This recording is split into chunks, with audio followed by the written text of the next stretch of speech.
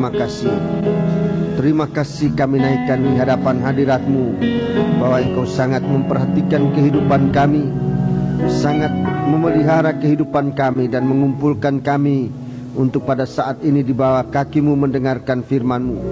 Penuhi kami dengan firman-Mu, penuhi kami dengan Roh-Mu yang suci, oh Tuhan. Penuhi kami dengan kasih-Mu, agar kehidupan kami tidak berada di luar Dikau ya Bapa, tapi kami berada di dalam Engkau sampai dalam keadaan apapun kami berada. Oleh karena Engkau kami tetap hidup dan terpelihara. Terima kasih Tuhan. Saatnya firman-Mu akan disampaikan. Kuasai hamba-Mu oh Tuhan dalam menyampaikan firman. Isi dengan firman-Mu dalam hati, dalam mulut untuk disampaikan kepada kami seluruh sidang jemaat, dan juga setiap kami yang mendengar.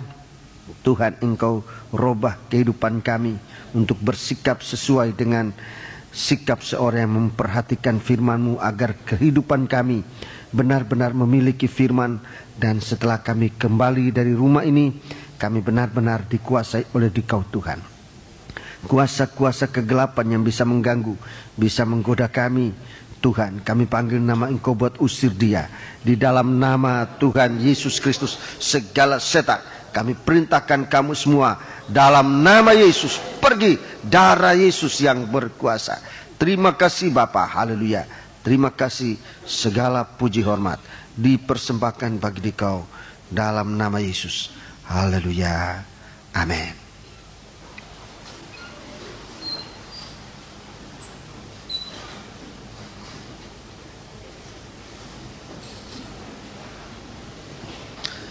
Sidang jemaat yang sangat dikasihi Tuhan, salam sejahtera bagi kita sekalian, dan selamat berbahagia dalam menerima sabda Tuhan dalam nama Tuhan Yesus Kristus.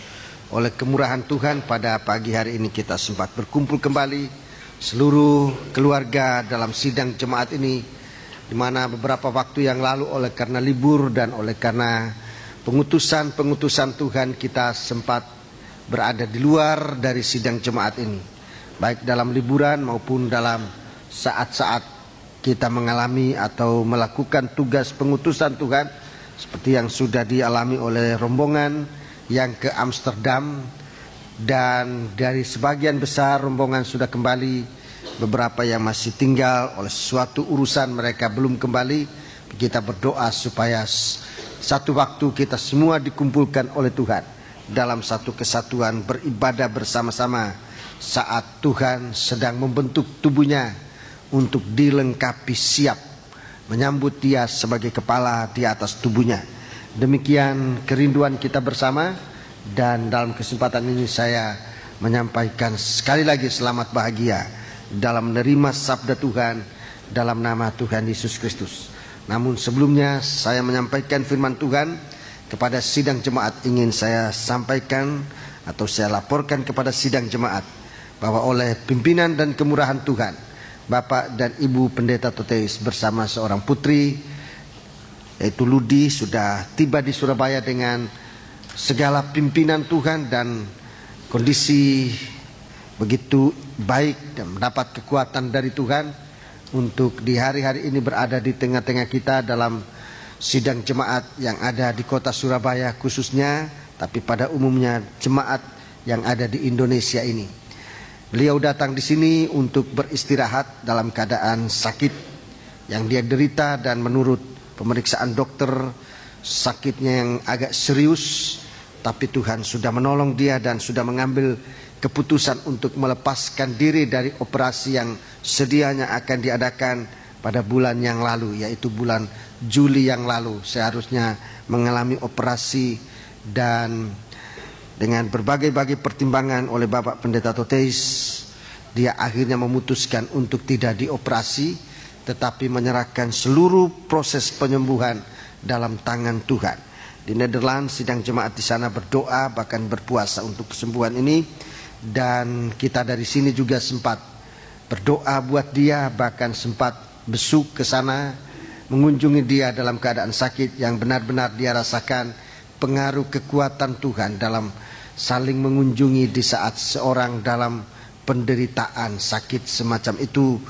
Tuhan sudah membangkitkan kepada dia suatu gairah untuk melayani Tuhan sampai Tuhan datang. Dan itu memang kerinduannya, bahwa di saat-saat akhir hidup ini tetap melayani Tuhan sampai Ia datang. Ini tekadnya yang Tuhan sudah dengar, dan rencana untuk ke Indonesia yang harusnya sudah dibatalkan untuk tahun ini, masih saja Tuhan memberikan dia jawaban dari kerinduan serta doanya, bahwa dia di tengah-tengah keadaan yang sebenarnya tidak memungkinkan untuk bepergian jauh, Tuhan sudah memimpin perjalanan selama lebih dari 20 jam untuk tiba di Surabaya.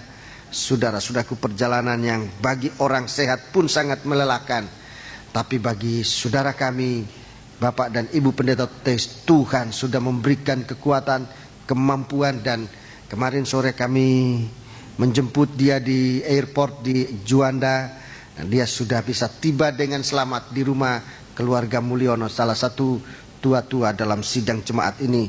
Dan kepada kita, saudara-saudaraku, sebagaimana seorang yang pernah menerima berkat Tuhan lewat pelayanan hamba Tuhan ini, baiklah kita sebagai umat Tuhan yang tahu berterima kasih kepada Tuhan. Hal ini Bapak dan Ibu Pendeta Toteis tidak menuntut, tidak meminta apa-apa dari kita. Tapi saya sebagai seorang gembala ingin menyampaikan kepada sidang jemaat untuk berdoa sungguh-sungguh dan menyatakan perhatian kita kepada orang tua ini yang sudah melayani kita berapa puluh tahun, sudah lebih dari 20 tahun. Beliau bersama ibu sudah melayani kita dengan sungguh hampir setiap tahun. Dia datang ke Indonesia dan kita sudah menerima berkatnya sampai pada saat ini. Saudara-saudaraku, sebab itu kepada sidang jemaat saya mohon untuk kita memperhatikan dia. Jangan kita membawa masalah, sebab dia sendiri sudah begitu berat dengan penyakit yang ia derita. Kalau kita besuk dia tidak dilarang, tapi nomor satu, jangan membawa masalah, kasihan. Kemudian perhatikan waktu, sebab dia membutuhkan waktu istirahat. Jangan kita bercerita bertele-tele yang bisa melelahkan. Kunjungi tentu boleh, dia juga jangan kita tinggalkan sepi, tapi kita bisa melayani. Hanya jagalah kondisi tubuh dari Bapak dan Ibu Toteis yang gampang sekali lelah. Jadi kalau kita bercerita, biar kita bisa menguasai diri. Jangan bercerita yang tidak ada gunanya, apalagi yang tidak menguatkan iman. Tunjukkan perhatian, jangan malah menambah beban sakitnya. Kita tunjukkan bagaimana sikap yang khawatir dan sebagainya, itu jauhkan, supaya gairah untuk mempertahankan kondisi badannya sehat untuk melayani Tuhan dapat terjamin. Jadi jangan tunjukkan bahwa dia itu seakan menderita begitu berat, tapi juga jangan kita lelahkan dia dengan cerita-cerita panjang lebar yang tidak berketentuan. Berikanlah kata-kata atau penghiburan kekuatan, firman yang menjadi pengalaman kita. Jangan berteori, tapi firman yang menjadi pengalaman. Dia sangat membutuhkan itu.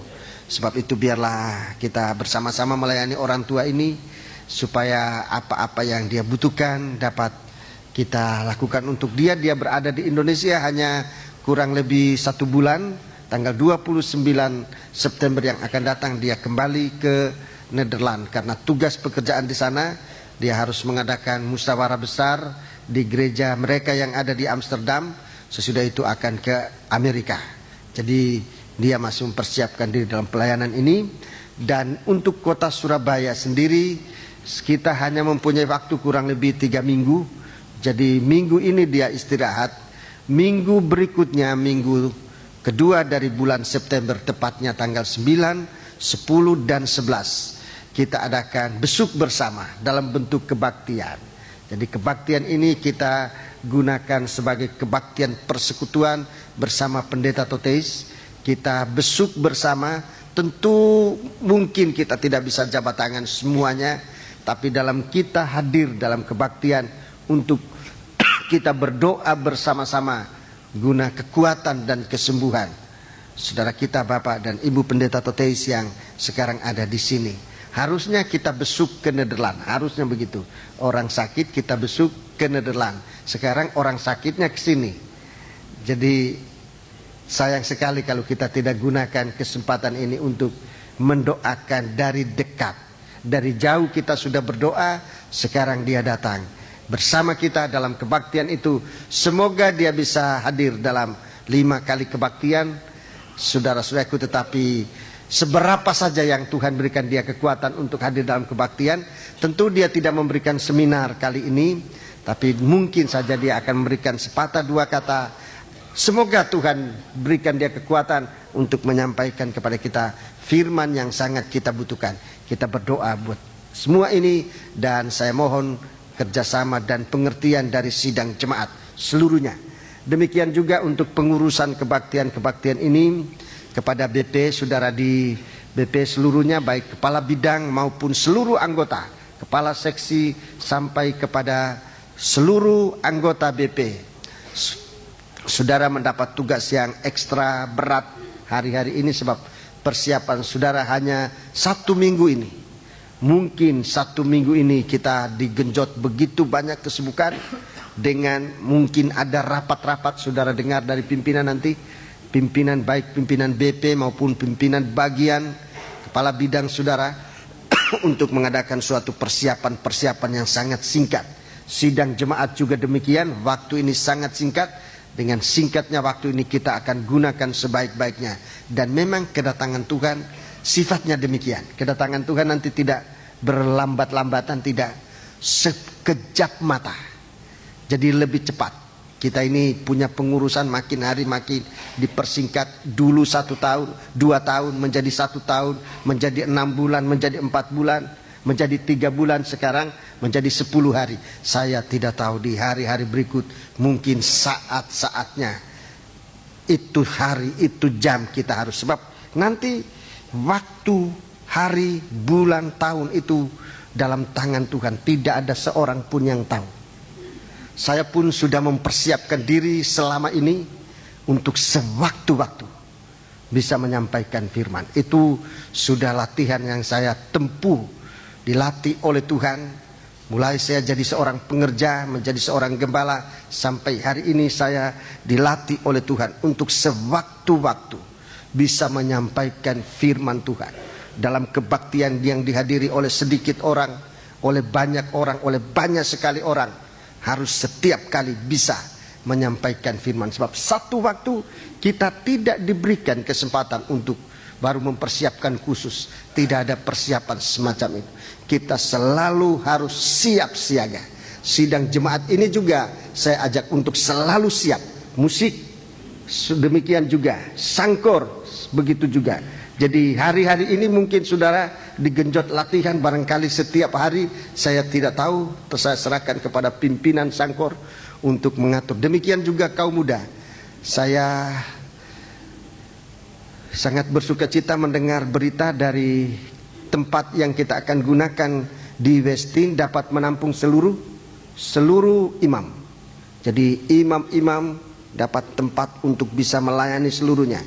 Tadinya dipikirkan mungkin oleh karena keadaan tempat hanya separuh, tapi kalau separuh saya sulit lagi untuk memilih siapa yang harus tampil. Kali ini seluruh, demikian juga kaum muda seluruh, demikian juga jemaat seluruh hadir. Kecuali saya mohon pengertian buat anak-anak kecil, tolong diatur, jangan dibawa, sebab banyak hal-hal yang menyulitkan kita sendiri. Sehingga saya sangat mohon pengertian, terutama cucu saya, ya. Cucu saya juga selalu mau ikut, tapi kali ini kesempatannya tidak pada waktu kebaktian. Dia sering renang di sana, tapi kali ini bukan untuk berenang, kita akan berbakti, ya. Jadi saya akan tahan dia untuk tidak ikut, sebab saya lihat dia lain kali komandan, lari-lari. Dia memimpin teman-temannya. Jadi kali ini saya mohon para orang tua mengerti bersama-sama saya. Ya bukan cuma saudara, tapi saya nomor 1. Sebab cucu saya juga ikut dalam, harus kita tertibkan dalam kebaktian kita kali ini. Sebab kebaktian ini kita akan gunakan untuk berdoa sungguh-sungguh. Selain om dan Bapak dan Ibu Totes, banyak di antara kita juga yang punya masalah, punya penyakit yang kita tidak tahu. Sudah kita dengar tadi kesaksian, si penderita saja tidak tahu dia sakit apa, padahal dia sakit. Apalagi kita nggak tahu.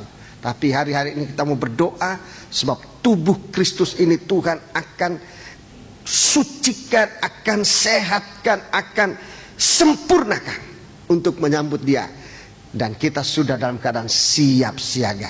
Jadi saya mengajak seluruh sidang jemaat untuk menghadiri kebaktian itu. Hamba-hamba Tuhan dari Sorong sudah menyatakan akan hadir, dari Sulawesi Utara, dari Sulawesi Selatan, dari Timur akan datang, dari Bali, dari Sumatera.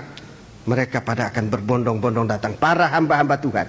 Kita di sini bukan hanya gembalanya, tetapi seluruh sidang jemaat saya ikut sertakan untuk mendengarkan apa yang difirmankan oleh Tuhan lewat gembala, lewat siapapun juga yang akan dipakai oleh Tuhan dalam menyampaikan firman Tuhan. Di antara kebaktian, 5 kebaktian itu ada 2 kali kebaktian pagi, dan saya sudah menyampaikan kepada Ibu Totes untuk mengisi buat ruang wanita, tetapi yang saya terima baru 1 kali. Yang kedua kali masih kita berdoa, entah hanya 1 kali, tapi kalaupun hanya 1 kali, kepada para wanita, ibu-ibu, gunakanlah kesempatan ini dengan sebaik-baiknya. Datang dalam kebaktian, sebab pengumuman kebaktian ini hanya akan disebarkan lewat pengumuman. Kita tidak sempat lagi untuk membuat surat selebaran semacam yang lalu. Jadi lewat pengumuman. Sebab itu supaya jangan hanya dengar dari si A, si B, tapi coba saudara sebagai seorang anggota sidang jemaat, saudara yang mendengar langsung sebagai tangan pertama untuk menyampaikan berita kepada orang-orang lain, pengumuman yang akurat untuk terlaksananya kebaktian yang akan datang. Waktunya yang dapat kami tetapkan sekarang hanyalah hari Selasa sore jam berapa? Jam 6. Jam 5.30, jam 17.30, setengah 6 sore sebagai kebaktian kita biasa, supaya jangan terlalu lambat pulang, ya. Pagi hari kita mulai jam 9. Bapak dan Ibu Totes akan datang kalau dia ikut setengah 10. Jadi jangan lihat dia datang setengah 10 baru berbakti. Kita sudah mulai nyanyi jam 9, ya. Dia akan datang berhubung dengan kekuatan kondisinya. Jangan kita paksakan dia pada terlalu pagi jam 9. Berikan dia kesempatan setengah 10 dan kita berkumpul bersama-sama. Saudara-saudara yang punya kebisaan apa untuk ikut dalam kegiatan ini, silakan semua dimanfaatkan. Kita akan masuk dalam kegiatan pada minggu ini. Kegiatan ini akan lebih meningkat sebab memang banyak yang harus masih dikerjakan. Di bidang administrasi, pengurusan, banyak yang masih harus diurus. Saudara-saudaraku, mengenai tempat, mengenai akomodasi, konsumsi, masih banyak yang harus kita selesaikan pada minggu ini, dan waktu ini sangat singkat. Sebab itu membantulah, memberikan informasi, memberikan uluran tangan, juga menyangkut dana kita pikul bersama. Saudara-saudara, jika saudara merasa tergerak untuk mengambil bagian dana, dan memang kali ini kita lihat sebelum kita bekerja, iblis sudah tunjukkan giginya dengan masalah moneter hari-hari ini begitu goyang dalam setiap usaha pekerjaan. Memang ini giginya dari antikris, ini cakarnya dari antikris, yaitu keuangan. Keuangan sudah digoyah. Menjelang gereja Tuhan masuk dalam gerakan Roh Kudus hujan akhir, saudara-saudaraku, di situ iblis sudah menantikan, sudah menunggu dengan tajamnya cakar ini. Dia akan, jangan sudah katakan ini hanya rupiah, hanya ringgit, hanya apa uangnya Filipina itu? Peso, bat, ya, uangnya Thailand. Bukan cuma itu, di mana-mana. Saudara, sekarang cakar ini mulai ditancapkan, sebab tujuannya untuk satu waktu dia menguasai. Jadi kita harus lolos dari ini. Saudara sudah didahului dengan adanya suatu kegoncangan ini, berita kegoncangan ini. Sebelum goncang, saudara sudah dengar itu. bahwa akan terjadi keguncangan dalam segala bidang. Dan nyatanya sekarang terjadi. Ini guncang yang rasanya guncang yang belum pernah dirasakan sebelumnya. Ini guncang yang mendadak, yang juga tidak bisa diperkirakan sejauh mana. Juga saya kira pengamat ekonomi belum bisa menentukan apa penyebab dari guncangnya ini. Sehingga saudara-saudaraku, kita sudah tahu penyebabnya adalah memang ini diguncang oleh antikris, supaya kita goyang jangan berbakti kepada Tuhan, supaya kita goyang jangan melayani Tuhan. Di hari-hari ini kita sudah harus memusatkan perhatian kita kepada Tuhan. Di situ tempat ketenangan. Ada dua keadaan nanti, dan sekarang sudah mulai dirasakan. Bagi orang yang menyerahkan diri kepada Tuhan dalam keguncangan ini, dia berada dalam ketenangan sekali. Tapi orang yang setengah-setengah, dia setengah-setengah goncang. Kalau orang yang sama sekali tidak, dia akan goncang sungguh-sungguh. Sampai itu akan merupakan guntur, merupakan petir yang sabung menyambung, bahkan merupakan gempa bumi yang membelah, menghancurkan segala sesuatu. Sebab itu ketenangan kita di dalam beribadah, ketenangan ini yang dapat menyelesaikan segala sesuatu. Sebab itu saya sangat susah kalau di saat semacam ini anak-anak Tuhan malah tinggalkan gereja. Ini akan terjadi, saudaraku, di saat guncangnya ini akan banyak anak-anak Tuhan gugur dari iman. Saudara yang digembalakan, dengarkan, di tengah-tengah keguguran itu kita berada dalam tangan Tuhan. Jangan ikut-ikutan gugur. Jangan ikut-ikutan gugur. Sebab saudaraku, di dalam Alkitab dikatakan memang akan ada keguncangan. Tapi keguncangan itu untuk maksudnya supaya melihat siapa yang sungguh-sungguh. Baiknya kita baca ayat ini saja. Dalam surat 1 Korintus pasal yang ke-11. Surat 1 Korintus. Ada suatu perpecahan, suatu keguguran. Tapi ini semacam ujian, siapa yang bisa bertahan. 1 Korintus pasal 11. 1 Korintus pasal 11 ayat 19. Sebab di antara kamu harus ada perpecahan. Ya, ada guncangan, ada perpecahan. Ini perpecahan, ini kehancuran, ini terjadi oleh karena adanya suatu gesekan, suatu gempa bumi. Akan ada perpecahan, supaya nyata nanti siapakah di antara kamu yang tahan uji. Supaya nyata di antara kamu siapa yang tahan uji. Jadi jangan ikut-ikutan gugur.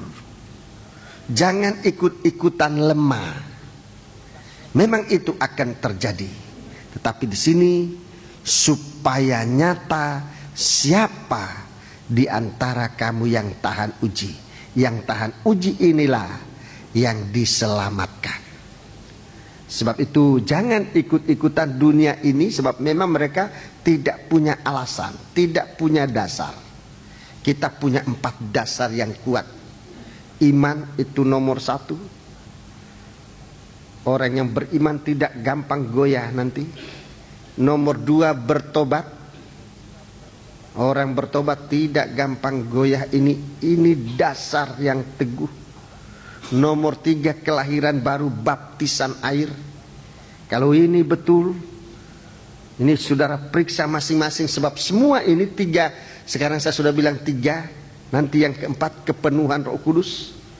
Ini yang akan diguncangkan, ini yang akan ditebas oleh setan untuk kalau ini roboh, gereja itu akan dengan sendirinya ambruk.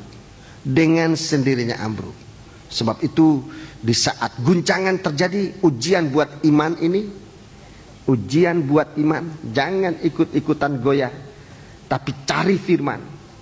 Jangan ikut-ikutan goyang di saat keguncangan terjadi, lari dari firman. Di luar firman tidak ada penyelesaian. Datanglah kepada firman. Pertobatan yang sungguh-sungguh itu membuat kita tahan. Kelahiran baru dan baptisan air itu membuat kita tahan uji. Dan Roh El Kudus. Puji Tuhan.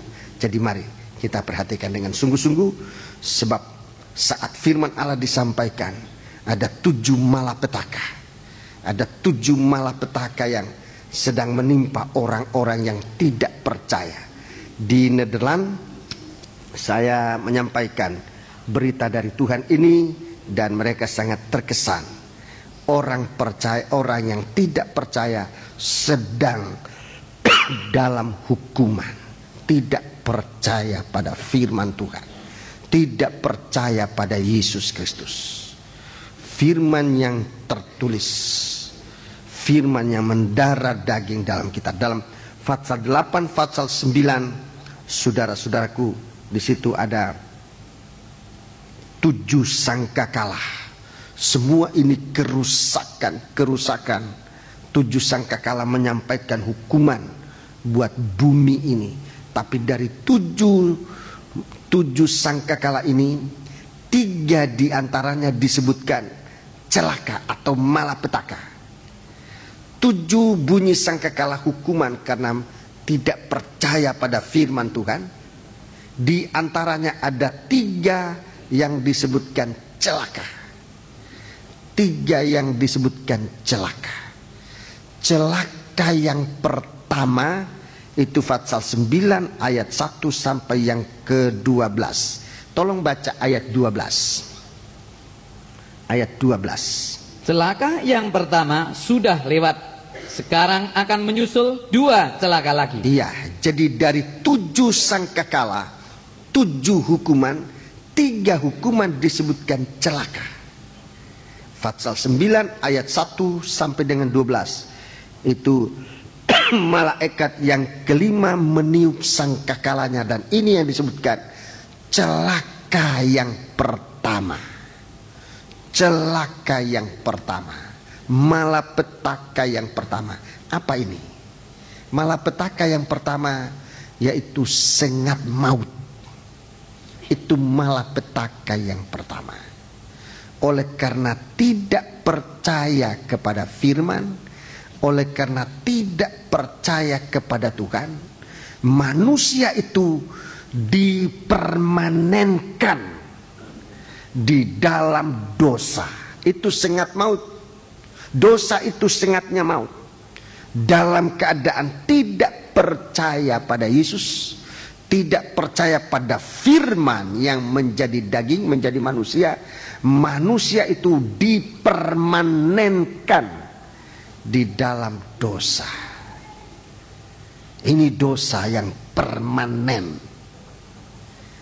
Bagaimanapun dosa perbuatan manusia itu, membunuh, mencuri, berzina, tetapi kalau dia masih mau mendengar firman, apalagi firman itu dia beri di tempat di dalam hati untuk tumbuh, sekalipun mungkin tumbuhnya itu hanya masih merupakan suatu kecambah, tetapi dia sudah bisa menyingkirkan segala kejahatan yang ada di dalam dosa. Kalau firman itu masih tumbuh di dalam hati, masih tumbuh di dalam hati, saudara-saudaraku, kalau suara masih merupakan bisikan, kalau pandangan masih pandangan samar-samar sekalipun, tetapi sudah ada di dalam hati, saudaraku, firman itu dapat menyingkirkan dosa. Siapa yang menerima celaka itu adalah orang yang sudah sama sekali tidak ada hubungan dengan firman. Orang tidak percaya firman, dia menerima, saudaraku, sengat maut. Sengat maut itulah dosa. Dalam 1 Korintus Fatsal 15. Tolong baca ayatnya. 1 Korintus Fatsal 15. Ini sengat dosa. Sengat maut, itulah dosa. Tolong sebut ayatnya. 1 Korintus Fatsal 15 ayat 56. 56. Sengat maut ialah dosa, Sengat maut ialah dosa, dan kuasa dosa ialah hukum Taurat. kuasa dosa ialah hukum Taurat. Kuasa itu artinya menguasai, mempertahankan. Taurat itu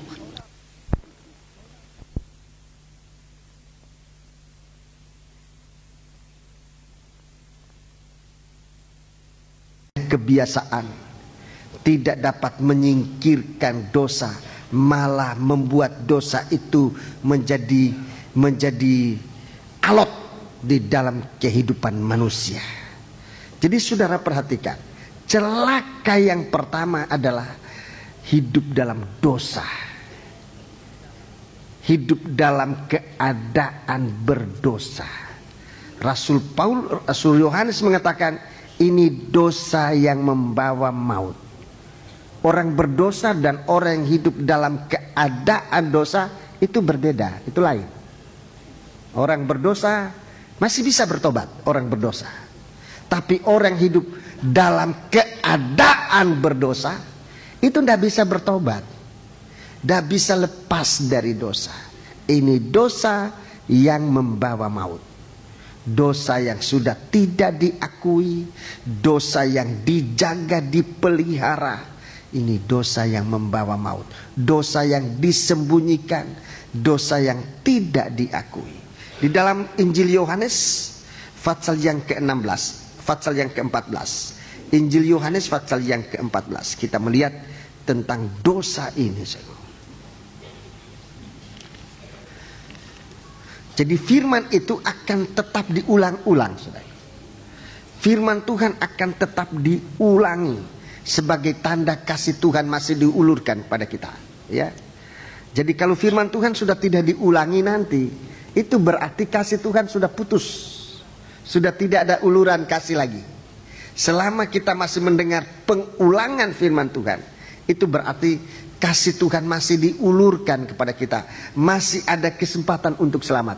Satu waktu, saudaraku, firman ini bukan hanya tidak diulangi, tapi di stop, tidak mendengar firman lagi. Di waktu itu dosa tetap dosa. Di waktu itu dosa yang belum diselesaikan tetap dosa yang sudah permanen.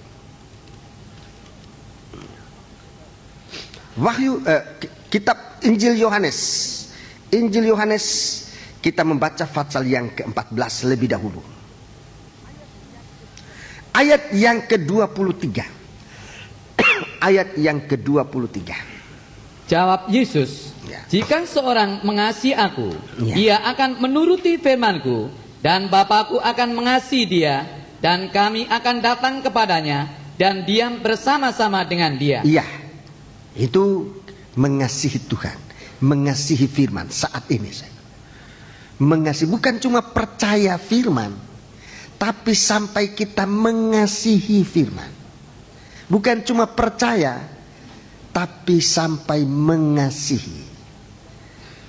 Kalau saudara renungkan perkataan saya ini, saudara akan menjadi mengerti bedanya orang percaya firman dan orang yang mengasihi firman. Jadi sampai kita melakukan firman, ini namanya mengasihi firman. Kalau percaya firman, firman itu di dalam hati. Tapi kalau firman itu sampai kita lakukan, Tuhan katakan, ini mengasihi Tuhan. Dosa tidak berkuasa atas orang semacam ini. Dosa tidak berkuasa. Sebab firman itu berkuasa untuk menyingkirkan baik dosa masa lalu, dosa sekarang, maupun dosa yang mudah menyerang kita. Itu disingkirkan oleh Tuhan. Jadi orang yang melakukan firman, ini orang yang mengasihi Tuhan. Tapi orang yang tidak percaya firman, itulah yang disebutkan dosanya menjadi begitu permanen. Yohanes 16. Yohanes 16. Yohanes 16. Ayat yang ke-8 dan ayat yang sampai ayat 11. Dan kalau ia datang, ia akan menginsafkan dunia akan dosa, Ya. kebenaran dan penghakiman. Ya, ini Roh Kudus. Kalau Roh Kudus datang, dia akan memberi manusia insaf, mengerti akan hal dosa, akan hal kebenaran, akan penghakiman. Akan dosa, karena mereka tetap tidak percaya kepadaku. Ini dosa tidak percaya. Ini dosa tidak percaya. Ini dosa yang membuat dosa itu sendiri dan segala dosa perbuatan, perasaan, pikiran menjadi permanen. Menjadi permanen. Oleh karena tidak percaya, dosa itu menjadi permanen. Dosa mencuri menjadi permanen karena tidak percaya pada firman. Dosa berzina menjadi permanen sebab tidak percaya pada firman. Dosa apa saja, sementara tidak percaya itu sendiri sudah dosa di hadapan Tuhan. Sebab kita menganggap bahwa Tuhan itu berdusta. Itu dalam surat 1 Yohanes dia tulis demikian. Kalau kita tidak percaya, itu sama dengan kita menganggap bahwa Tuhan itu berdusta. Jadi dosa tidak percaya itu sendiri sudah dosa. Tetapi dosa itu mempermanensikan dosa-dosa yang sudah dilakukan. Dan membuat juga kelonggaran untuk dosa-dosa yang belum dilakukan bisa masuk. Semoga saudara bisa lihat dahsyatnya orang tidak percaya itu. Tidak percaya itu sendiri sudah dosa. Tetapi dosa karena tidak percaya ini membuat dosa-dosa yang sudah dilakukan dipermanenkan di dalam orang itu. Kemudian dosa-dosa yang belum dilakukan mendapat kesempatan longgar untuk masuk dalam kehidupan orang yang tidak percaya pada firman. Di mana-mana ada dosa, saudara. Tapi kalau kita percaya pada firman, begitu dosa itu mau melongo untuk masuk dalam kehidupan kita, firman itu mencegah. Firman itu mencegah. Bahkan sedikitnya merem lajunya dosa masuk di dalam kehidupan manusia. Hanya firman yang bisa menahan ini. Itu sebabnya saudaraku, di tengah-tengah dunia ini dalam keadaan dosa, firman harus diberitakan sekeras-kerasnya. Sebab dosa sudah menunjukkan dirinya dengan begitu nyata. Kalau firman disembunyikan, tidak ada orang akan tertolong. Sebab semua orang nanti akan diserang oleh dosa ini dan akan hanyut. Jadi saudara perhatikan di hari-hari ini, dosa semakin merajalela, tetapi di dalam gereja Tuhan firman diturunkan. Saat dosa merajalela, malah gairah jemaat untuk mendengarkan firman menurun, merosot. Ini gejala yang sangat mengerikan.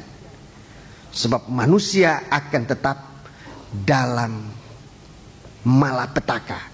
Kitab Wahyu mengatakan celaka yang pertama. Dosa begitu hebat, firman Tuhan dikurangi, bahkan cenderung untuk ditiadakan, iman menjadi lemah. Ini yang namanya celaka. Itu celaka yang pertama. Itu celaka yang pertama yang sedang menimpa dunia ini. Dan kalau kita mau membuka mata, kita akan melihat bagaimana keadaan ini sedang terjadi di bumi ini. Sedang terjadi. Ini firman Allah hanya tinggal mengatakannya. Sebetulnya mata kita sudah melihat bagaimana kondisi dunia sekarang. Dikuasai oleh dosa. Sementara firman Tuhan semakin sedikit. Kami hamba-hamba Tuhan banyak kali kurang kuat dalam menyampaikan firman. Tidak jelas dalam menyampaikan firman. Tidak berani membukakan dosa dalam sidang jemaat. Dan itu sebab Rasul Paulus mengatakan, kamu berdoa, sebab itu salah satu senjata. Dalam Efesus pasal 6, saudara dengar dalam Bible Study, salah satu senjata rohani berdoa supaya hamba-hamba Tuhan diberikan keberanian untuk menyatakan firman. Supaya hamba-hamba Tuhan diberikan keberanian untuk menyatakan firman Tuhan sebenar-benarnya. Itu dalam Efesus pasal 6, bagian yang terakhir. Saudara baca di situ. Itu salah satu senjata rohani. Sementara dosa ini dia menyatakan diri begitu jelas. Jadi di sini dosa karena tidak percaya. Dosa karena tidak percaya. Dalam ayat 9, akan dosa karena mereka tetap tidak percaya kepadaku. Ayat 10, akan kebenaran karena aku pergi kepada Bapa dan kamu tidak melihat aku lagi. 11, akan penghakiman karena penguasa dunia ini telah dihukum. Orang tidak percaya itu telah dihukum. Demikian juga pengikut-pengikutnya akan dihukum. Sebab itu mari kita mau sungguh-sungguh. Kembali kitab Wahyu pasal yang ke-9.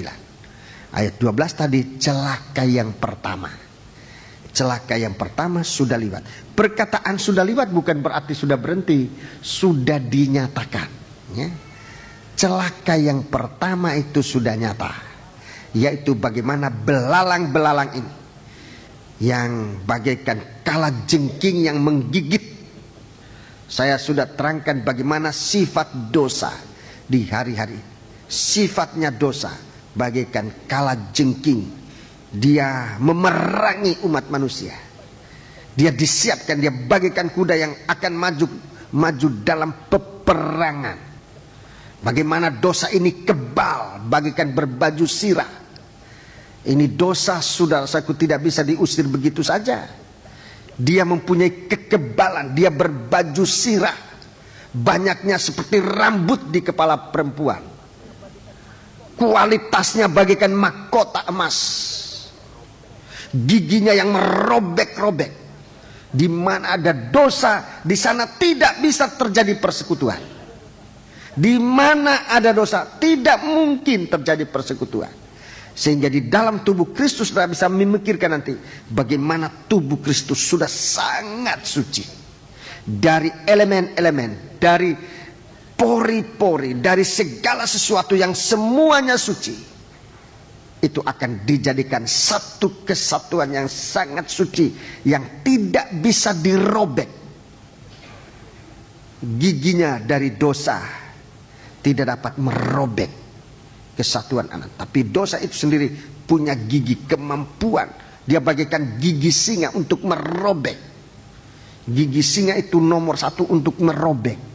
Bukan untuk mengunyah terutama, bukan. Lain dengan gigi kita juga ada yang untuk merobek. Tetapi gigi singa sebahagian besar untuk merobek daging. Untuk merobek tubuh. Tubuh Kristus mau dirobek oleh dosa. Saudaraku, sebab itu biar kita perhatikan, dosa itu bagaikan punya sayap cepat. Dosa itu begitu cepat. Detik ini dia berada di Asia, detik itu juga sudah bisa ada di Eropa, itu juga sudah ada di Amerika. Itu juga dia bagaikan punya sayap, begitu cepat jelajahnya. Punya ekor. Ekor ini yang sangat menyakitkan. Coba pasal 9 ayat 10. Dan ekor mereka sama seperti kalajengking dan ada sengatnya, dan di dalam ekor mereka itu terdapat kuasa mereka untuk menyakiti manusia 5 bulan lamanya. Jadi ini di ekornya itu kuasa untuk menyakiti. Saudara lihat bagaimana itu dosa. Di waktu manusia berbuat dosa, manusia hampir tidak merasa sakitnya dosa. Sebab memang bukan di situ tempat sakitnya. Di waktu manusia sedang melakukan dosa, kebanyakan kali malah merasa enak. Berzina itu enak, mencuri itu enak, menipu itu kelihatan di saat melakukan itu enak rasanya. Sebab memang bukan di situ tempat sakitnya itu. Sakitnya di mana? Di ekornya. Apa ini ekor ini? Akibat yang akan terjadi kemudian. Di situ sakitnya. Kalau sudah masuk dalam penjara, baru si pencuri itu tahu ini sakitnya mencuri. Begitu juga dosa-dosa yang lain. Jadi bukan pada waktu melakukan dosa itu rasa sakitnya. Justru sebaliknya, di waktu manusia diterkam oleh dosa itu, manusia tidak rasa apa-apa. Sehingga manusia banyak berdamai dengan dosa. Sebab memang sengatnya dari kalajengking ini yang menyakitkan ada pada buntutnya. Kejadian akibat dari perbuatan dosa-dosa itu. Suami nanti menderita oleh karena dosa istri. Istri menderita oleh karena dosa suami. Anak-anak menderita karena dosa orang tua. Orang tua menderita karena dosa anak-anak. Sidang jemaat menderita karena dosa dalam sidang jemaat tidak diselesaikan. Ini penderitaan. Itu pada ekornya. Jadi ini ini ekor yang membuat manusia sangat menderita. Kalau manusia ini tahu akibat dari dosa ini, sengat dari kalajengking ini berada pada ekornya, rasanya tidak ada orang mau berbuat dosa. Tidak ada. Karena setan datang dengan lidah yang penuh madu, bagaikan ular yang menyemburkan madu. Saudara-saudaraku, manusia suka berbuat dosa tanpa sadar bahwa pada ekor kalajengking itu terletak sengsara. Di saat itu manusia baru menyesal, tapi banyak kali penyesalan tidak diselesaikan dengan baik. Penyesalan diselesaikan dengan malah lari dari Tuhan. Tidak lari kepada Tuhan, tapi lari tinggalkan Tuhan. Tidak ada penyelesaian. Di saat ekornya dari dosa ini mulai dirasakan, seharusnya manusia berseru kepada Tuhan. Berserulah kepadaku karena aku memperhatikan tiap orang percaya, demikian dalam kitab Mazmur. Berserulah kepadaku di saat kesesakan. Berserulah kepada Tuhan saat kita dalam kesesakan. Tadi dalam pembukaan atau dalam kesaksian tadi, saat kita tidak bisa berdoa lagi, berserulah nama Yesus. Dia yang dapat menghapuskan sengat dari dosa ini, akibat dari dosa ini. Tuhan pasti tolong kita. Sebab itu mari. Dan yang paling celaka ayat 11 juga mengatakan, dan raja yang memerintah mereka ialah malaikat jurang maut. Namanya dalam bahasa Ibrani ialah Abaddon, dalam bahasa Yunani ialah Apollyon. Jadi dosa itu punya raja, punya malaikat. Dosa itu tidak berdiri sendiri. Dosa itu ada yang memonitor, ada yang mengendalikan, ada yang menguasai. Banyak kali kita tidak terlepas dari dosa, sebab kita cuma mengusir, cuma menyingkirkan dosa. Kita tidak menyingkirkan malaikatnya ini. Dosanya bisa pergi, tapi kalau malaikatnya, kalau setannya masih ada di situ, dia bisa mengajak 7 setan yang lain yang lebih jahat masuk dalam orang. Dan perumpamaan yang Tuhan ajarkan, orang itu akan menjadi 7 kali lebih jahat dari semula. Sebab yang diusir hanya dosanya, hanya perbuatannya, bukan setannya. Padahal dosa itu punya malaikat. Namanya malaikat jurang maut atau Apollyon. Setiap dosa punya malaikat. Setiap dosa. Jangan saudara pikir itu dosa kecil. Karena dia punya malaikat, dosa kecil bisa menjadi besar. Tapi kalau kita mempunyai Tuhan yang adalah raja di atas segala raja, yang menang atas segala sesuatu termasuk mengalahkan setan, maka kita akan tertolong. Jadi akhirnya pada ayat 12 katakan, dosa atau celaka pertama sudah lewat. Sudah lewat, sekali lagi, bukan berarti sudah habis. Sudah lewat itu berarti Tuhan sudah tunjukkan, sudah nyatakan. Masih sekarang akan menyusul 2 celaka lagi. Masih ada 2 celaka, masih ada 2 malaikat yang akan meniup sangkakala. Sekarang kita membaca sangkakala yang ke-6. Mari kita kembali dalam kitab Wahyu pasal 9. Ini sangkakala yang ke-6. Sangkakala yang ke-5 kita sudah lewati. Hidup dalam keadaan berdosa, hidup dikuasai oleh dosa, itu menderita. Tidak ada orang berdosa yang dia katakan senang, gak ada. Tidak ada, saudaraku. Sebab Alkitab mengatakan itu celaka. Jadi jangan ikut-ikut bergabung dalam perbuatan dosa. Nggak ada orang berdosa itu senang, tidak ada. Tidak ada, jangan ikut-ikutan. Jangan ikut-ikutan setuju dosa. Tidak ada dosa menyenangkan, tidak ada. Itu hanya tipuan iblis. Dari mulutnya dia semburkan kata-kata rasa yang manis bagaikan lebih manis dari madu. Tapi pada ekornya ini. Dan inilah yang membuat manusia benar-benar kalah total. Mari, ayat 13. Kita membaca mulai ayat 13, kita baca keseluruhan lebih dahulu. Lalu malaikat yang keenam meniup sangkakalanya, dan aku mendengar suatu suara keluar dari keempat tanduk mezbah emas yang di hadapan Ya, Allah. ini mezbah dupa, ya. Dari suara dari mezbah dupa. Apa? Dan berkata kepada malaikat yang keenam yang memegang sangkakala itu, Ya. lepaskanlah keempat malaikat yang terikat dekat sungai besar Efrat itu. Iya, sungai yang dekat Efrat. Malaikat yang terikat dekat sungai besar Efrat. Sungai Efrat ini pada mulanya berada di Taman Eden. Ini sungai Efrat.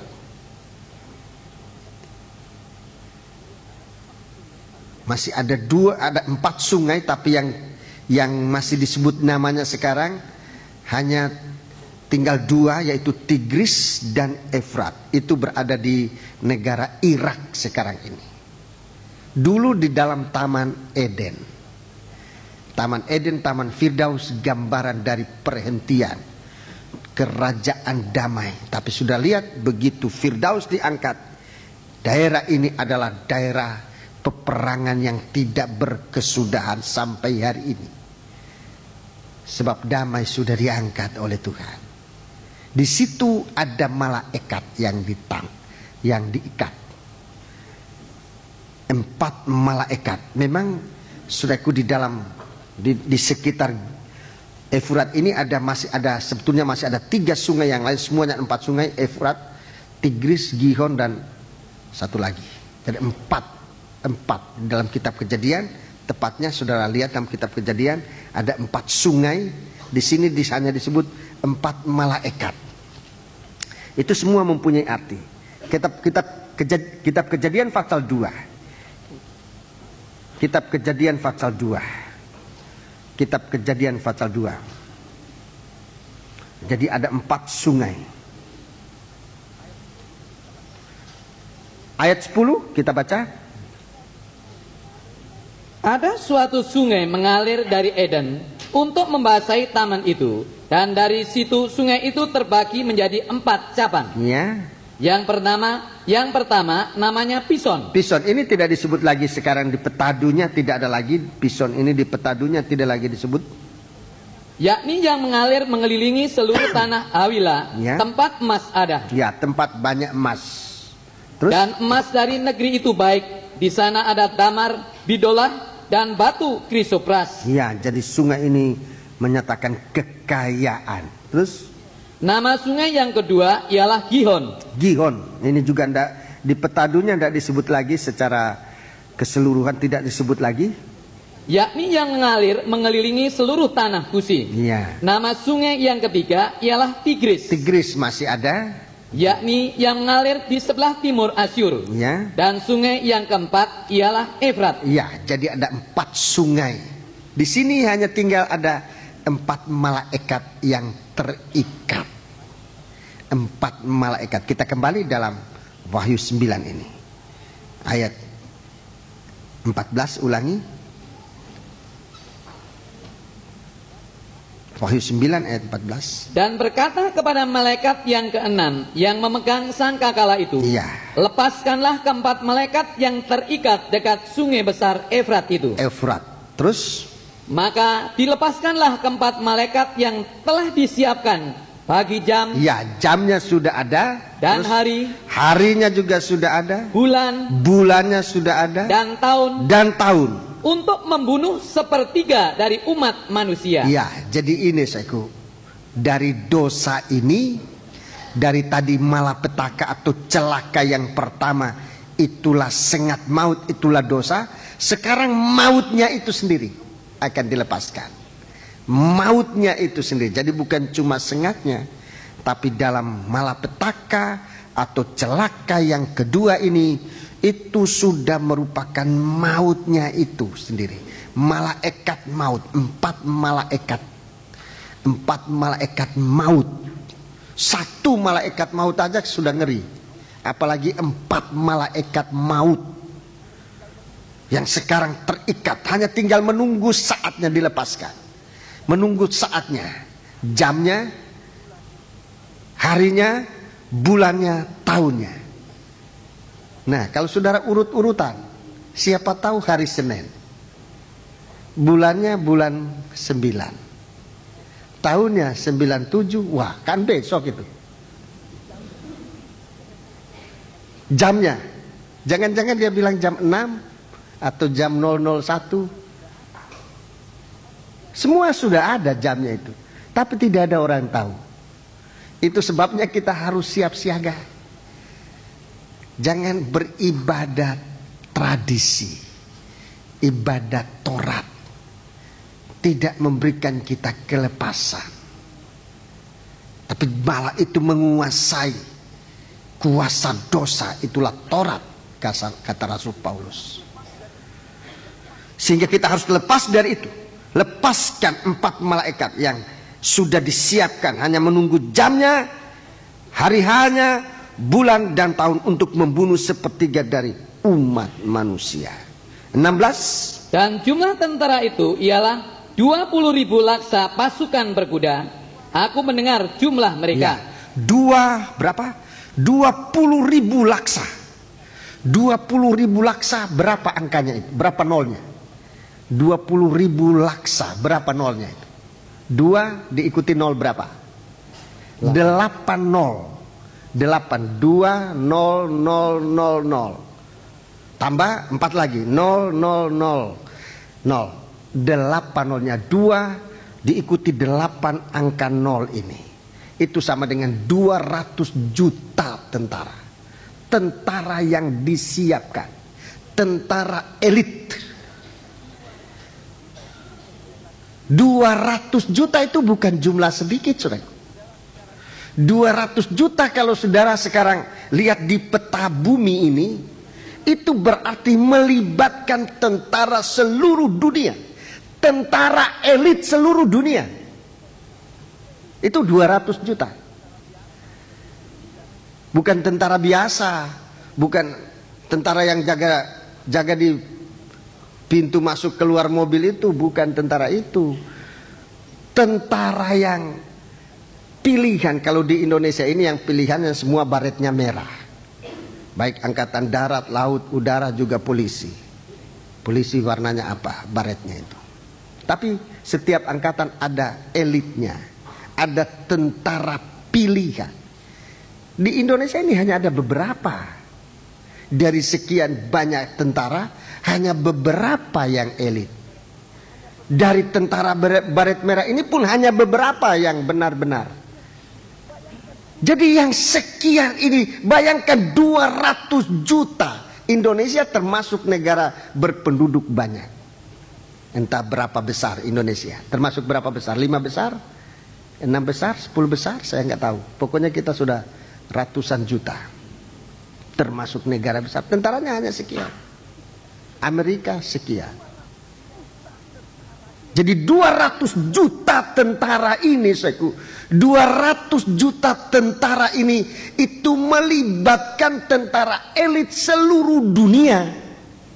Jadi suatu peperangan yang dahsyat. Hanya menunggu jamnya, menunggu harinya, menunggu bulannya, menunggu tahunnya, itu sudah sedia. Hanya tunggu nafiri. Begitu nafiri berbunyi dan semua terlepas, mati satu kaligus sepertiga penduduk bumi. Jangan main-main, sepertiga penduduk bumi. Coba kota Surabaya, umpamanya kota Surabaya 3 juta, tapi sekarang sudah lebih ya. Sudah lebih dari 3 juta. Coba 1 juta mayat di Surabaya. Itu bukan sedikit itu. Dalam satu saat tiupan sangkakala. Baca terus.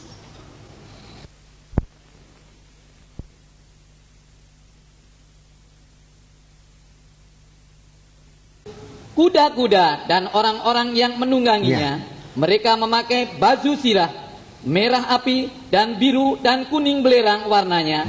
Kepada kuda-kuda itu, kepala kuda-kuda itu sama seperti kepala singa, dan dari mulutnya keluar api, dan asap dan belerang. Ya, ini tentara ini.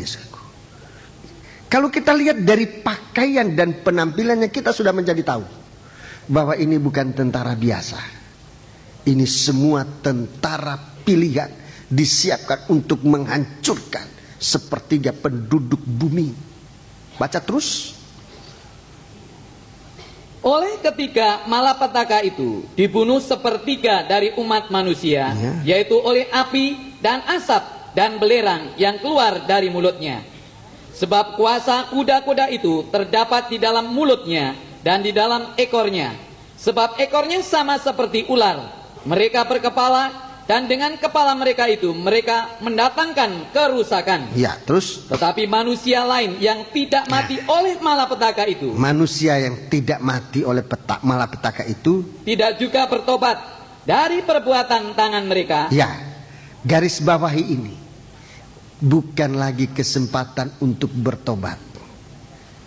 Nafiri ditiupkan, bukan lagi kesempatan bertobat. Tidak ada lagi kesempatan bertobat. Itu artinya kalau sekarang mengeraskan hati, di hari itu hati akan menjadi lebih keras. Akan menjadi lebih keras lagi. Jadi firman Tuhan nanti akan disampaikan bagaikan sangkakala yang ditiup. Bukan lagi untuk membuat orang bertobat. Sekarang masih. Kalau kita mendengar dan percaya, kita bisa bertobat. Tapi nanti kalau sekarang mengeraskan hati, makin hari-hari itu akan makin keras. Itu sebabnya waktu Tuhan menjelajahi perjalanan dari menuju ke Yerusalem, dia menemukan sebatang pohon ara. Itu dia lihat tidak berbuah, dia katakan sampai masa berbuah pun pohon ara ini tidak akan berbuah. Kalau sekarang tidak berbuah, sampai musim buah pun dia tidak akan berbuah. Jangan ada lagi orang makan buah dari pohon ini. Dan pohon itu kering sampai di akar. Kehidupan yang keras sampai hari ini. Saudara yang tidak mau mendengar firman dan menghancurkan hati, menjatuhkan diri di atas firman itu, untuk kemudian saudaraku dalam satu kehancuran hati mohon ampun kepada Tuhan. Sampai kapanpun hati itu akan tetap keras. Saat itu tidak ada kesempatan untuk bertobat dari perbuatan tangan mereka. Mereka tidak berhenti menyembah roh-roh jahat. Iya. Dan berhala-berhala dari emas dan perak, dari tembaga, batu dan kayu, yang tidak dapat melihat atau mendengar atau berjalan. Ya. Dan mereka tidak bertobat daripada pembunuhan, sihir, percabulan, dan pencurian. Jadi ini dosa hidup. Hidup dalam penderitaan. Sebab itu perhatikan bagaimana kita membawa kehidupan kita di hari-hari ini. Setiap kesempatan kita tidak tahu sesudah itu masih ada waktu atau tidak. Tapi gunakan seberapa waktu, seberapa kesempatan yang Tuhan berikan kepada kita. Fatsal 9 ayat 13 sampai 21 ini yang disebutkan peperangan. Ada persamaannya dengan Wahyu Fatsal 6, kuda-kuda merah. Kuda-kuda merah, ya. Wahyu Fatsal 6 itu kuda merah padam. Itu kuda yang kedua, ya. Kuda yang kedua itu kuda merah padam yang menjelajahi seluruh dunia. Itu ada kuda. Itu saudaraku, di sini disebutkan juga kuda-kuda itu. Kuda yang dan dengan penunggangnya. Di sini bukan warnanya yang disebutkan, tetapi kualitas dari kuda itu. Kuda yang disebut dalam Wahyu Fatsal 6 itu menuju pada pemberontakan yang terjadi di hari-hari ini. Pemberontakan yang akan terjadi. Rakyat memberontak kepada pemerintahnya. Anak memberontak kepada orang tuanya. Orang tua akan bermusuhan pada anaknya. Ini kuda-kuda merah yang sedang menjelajahi dunia ini. Tetapi dalam Wahyu Fatsal 9 ini peperangan. Dari apa yang keluar dari kuda-kuda ini kita melihat ada 3 kali peperangan. Ada 3 kali peperangan. Dari apa yang keluar dari mulut kuda ini kita melihat ada 3 kali peperangan. Peperangan dunia yang dahsyat. Peperangan dunia yang dahsyat. Pertama yang keluar adalah api. Ini senjata api. Sudah digunakan. Senjata api dalam perang dunia pertama itu sudah digunakan. Perang dunia pertama menggunakan senjata api. Sudah menyelesaikan perang dunia pertama. Tapi bukan berarti, sekali lagi, bukan berarti selesai itu tidak ada lagi. Masih akan tampil di saat nanti malaikat perang ini akan dilepaskan. 3 malaikat perang. Kemudian pada perang dunia yang kedua, asap memegang peranan penting. Saudara bisa mengingat kembali perang dunia kedua diakhiri dengan asap ini. Dari bom atom yang menimbulkan asap, api Hiroshima Nagasaki. Satu tiang awan, tiang asap yang tebal yang membinasakan manusia. Ini yang sekarang belerang. Saya tidak tahu nanti ini senjata belerang ini. Kalau ini merupakan nanti peperangan dunia yang ketiga dengan senjata yang disebutkan belerang ini, saudara-saudaraku yang nanti akan lagi mengeluarkan tanda-tanda seperti perang dunia pertama dan perang dunia kedua. Peperangan yang dihadapi ini dahsyat. Coba kita membaca itu dalam ayat yang ke-19, ayat yang ke-19. Sebab kuasa kuda-kuda itu terdapat di dalam mulutnya dan di dalam ekornya. Sebab ekornya sama seperti ular. Mereka berkepala dan dengan kepala mereka itu mereka akan mendatangkan kerusakan. Ya, jadi ini pengrusakan pada bumi ini, saudara-saudaraku. Dan jangan kita lengah, saudaraku. Sementara di hari-hari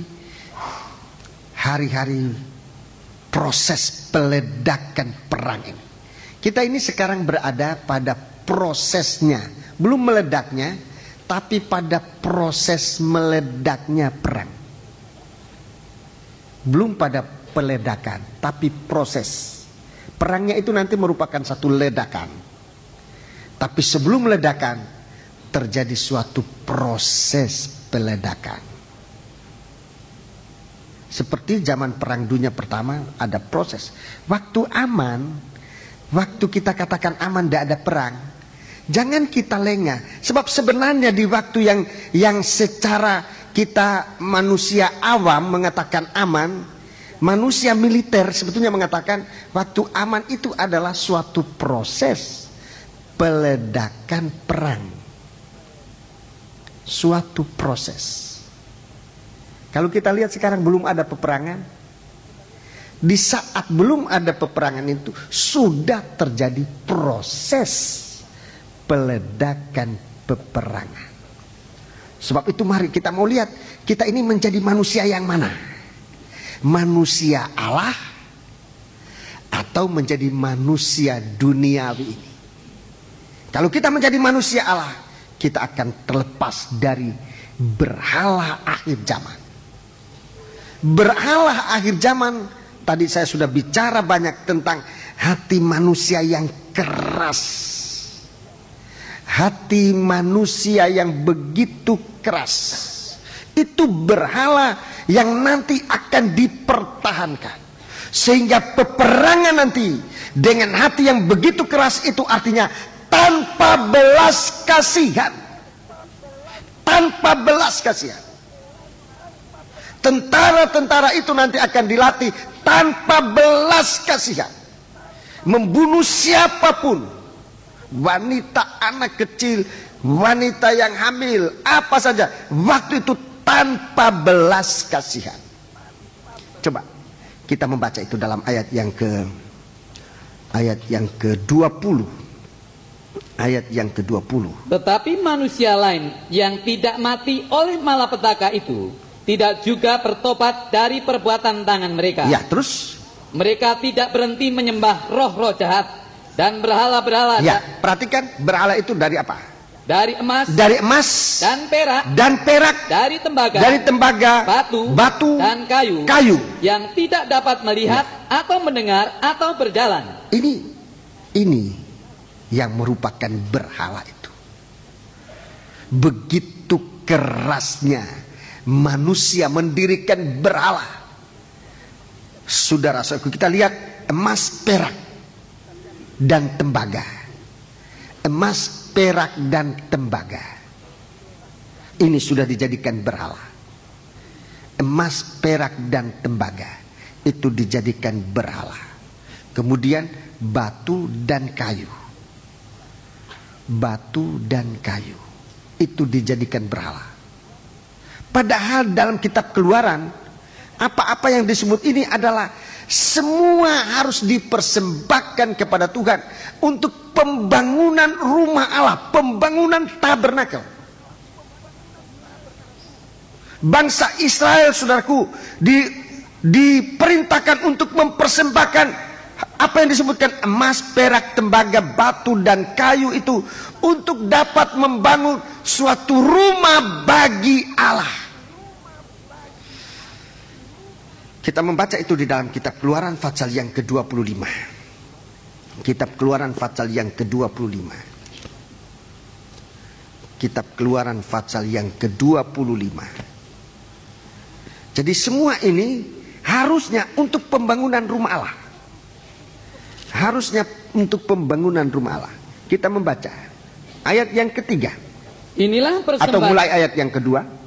Katakanlah kepada orang Israel supaya mereka memungut bagiku persembahan khusus dari setiap orang yang terdorong hatinya.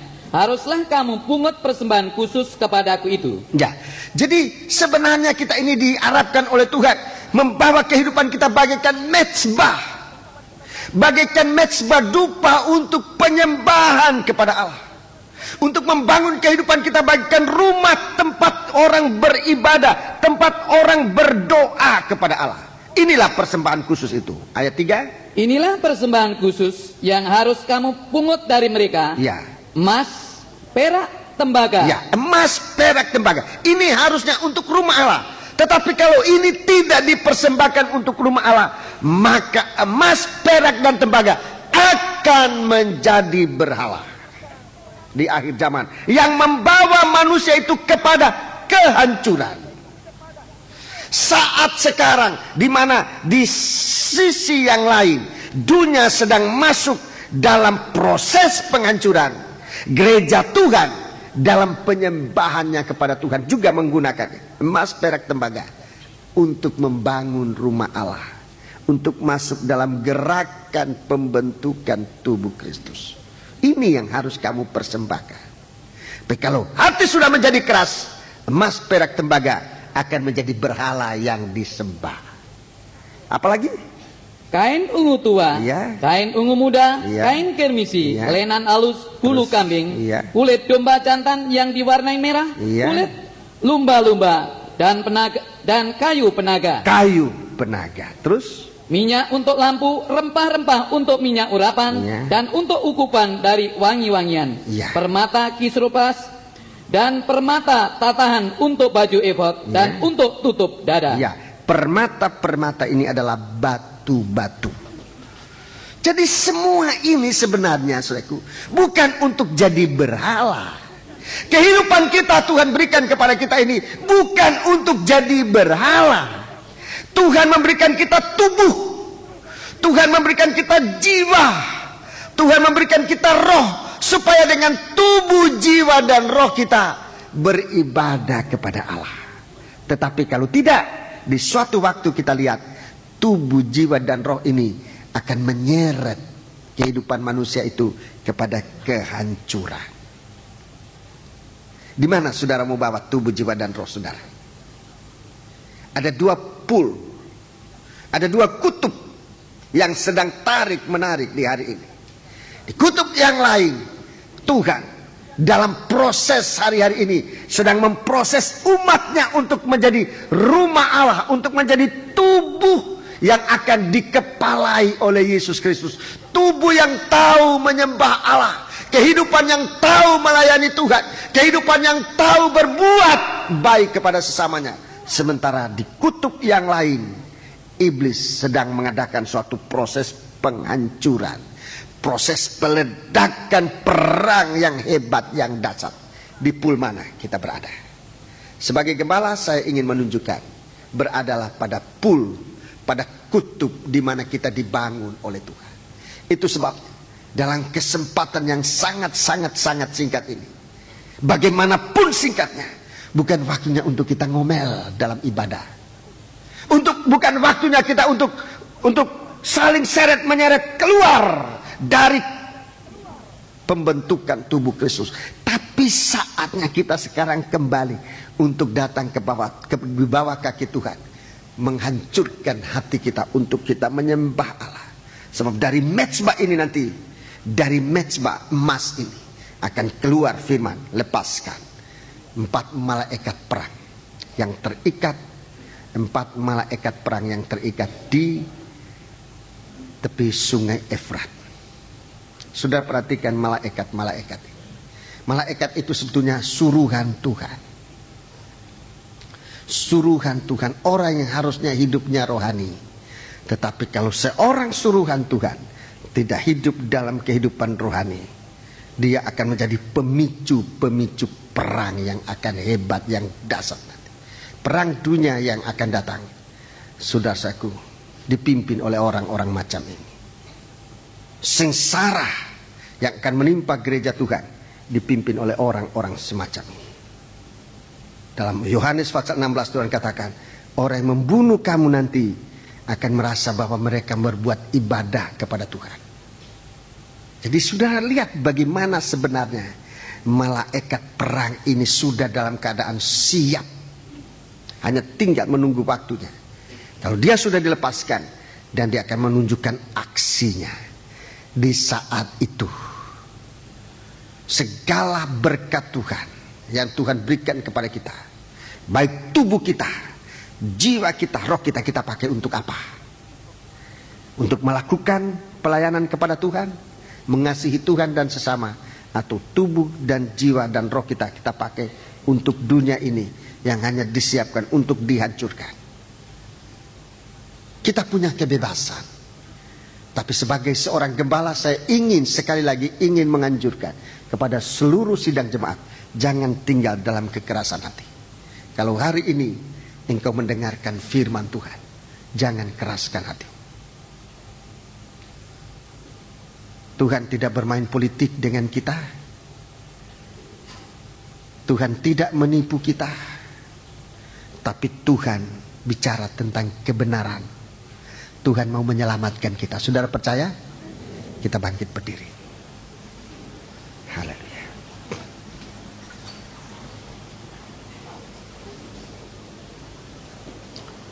Kita melakukan nyanyian ku bersyukur padamu Tuhan, sebab kau telah melindungi. Kita bangkit berdiri, kita melakukan nyanyian ini. Jika Tuhan berkemurahan kepada kita, kita akan menyembah Allah. Tapi kita lebih dahulu naikkan ucapan syukur kita kepada Tuhan. Ku bersyukur padamu Tuhan. Nomor berapa?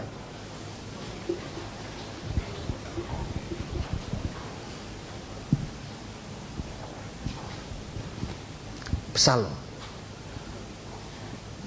Di tengah-tengah kehancuran. 149 dari Psalm. Tolong ditayangkan 149 dari Psalm. Kita bersyukur kepada Allah.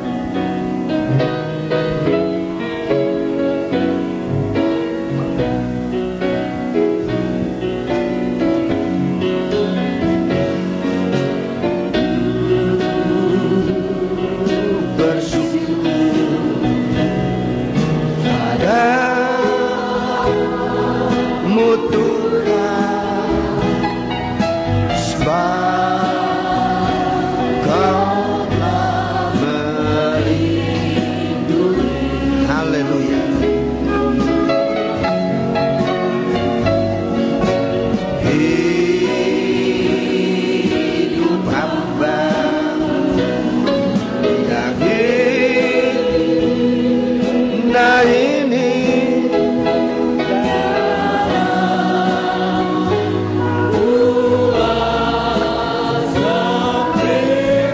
Haleluya.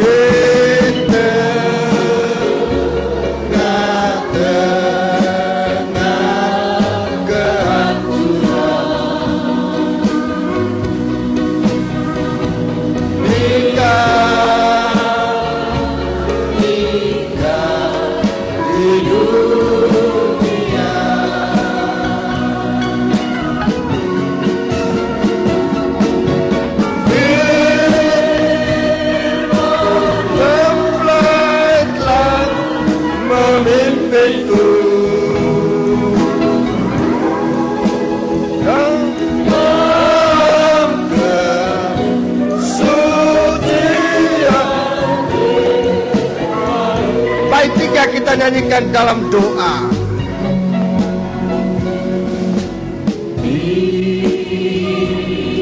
Mohon kepada Tuhan supaya hidup kita dalam pengaruh Tuhan, untuk tetap berada dalam setiap rencana Allah. Haleluya.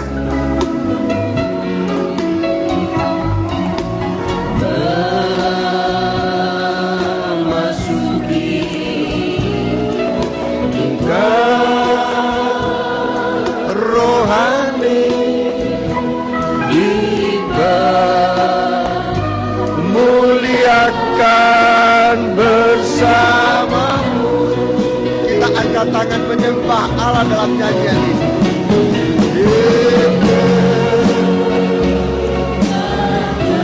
Kalau roh Allah turun di atasmu, sembahlah Dia dalam ucapan syukurmu.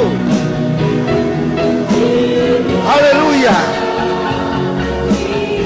Jangan biarkan hati ini menjadi keras untuk tampil dalam bentuk berhala yang menghancurkan kehidupan di akhir zaman. Haleluya, haleluya.